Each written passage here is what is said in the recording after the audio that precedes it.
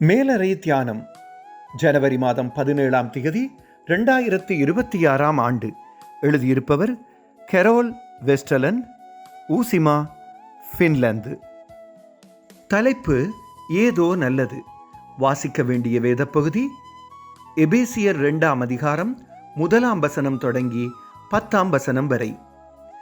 இன்றைய நாளுக்குரிய தியான வசனம் எபேசியர் 2ஆம் அதிகாரம் 10ஆம் வசனம்.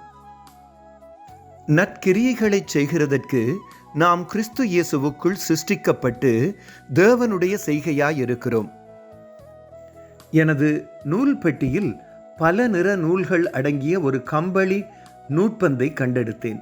அவை நிறம் மங்கி நல்ல விடயத்துக்கு உபயோகிக்க முடியாதது போல இருந்தது.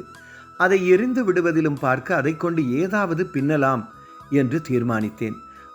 அதற்கான அறிவுறுத்தல்களை கவனமாக படித்து பின்னல் வேலையை ஆரம்பித்தேன். முடிவு ஆச்சரியமானது. அழகான ஒரு கம்பளி தொப்பி எனக்கு அளவாக இருந்தது.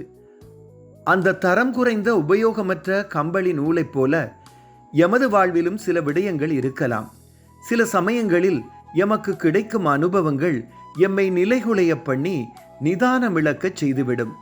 ஆனால் எமது சிருஷ்டிகரின் கரம் இங்கேதான் செயல்படுகிறது. நாங்கள் கொடுக்க முடிந்ததை கடவுளிடம் கொடுக்கும் நேரத்தில் நம்ப முடியாத ஒரு காரியத்தை அவர் செய்ய ஆயத்தமாக இருக்கிறார். அவருடைய தீர்மானத்தின்படி அழைக்கப்பட்டவர்களாய் தேவனிடத்தில் அன்பு கூறுகிறவர்களுக்கு சகலமும் நன்மைக்கு ஏதுவாக நடக்கிறது என்று அறிந்திருக்கிறோம். ரோமர் 8ஆம் அதிகாரம் 28ஆம் வசனத்தில் பவுலடிகள் உறுதியாக சொல்லியிருக்கிறார். கடவுள் சகல வல்லமையும் உள்ளவராகையால் எவற்றிலிருந்தும் நல்லதை உருவாக்குவார். நாம் கொடுப்பதிலிருந்து இவ்வுலகிற்கு நல்லதை செய்யும் கடவுளின் கரங்களை நாம் சந்தேகிக்க கூடாது. ஜெபம். சிருஷ்டிகரான கடவுளே, எமது வாழ்க்கையின் எல்லா பகுதிகளையும் உங்கள் கரங்களில் ஒப்படைக்கிறோம். அவற்றை உங்கள் சித்தப்படி நல்லவைகளாக மாற்றிவிடுங்கள். நன்றி ஆண்டவரே. இயேசுவின் நாமத்தில் ஆமேன். இன்றைய நாளுக்குரிய சிந்தனை.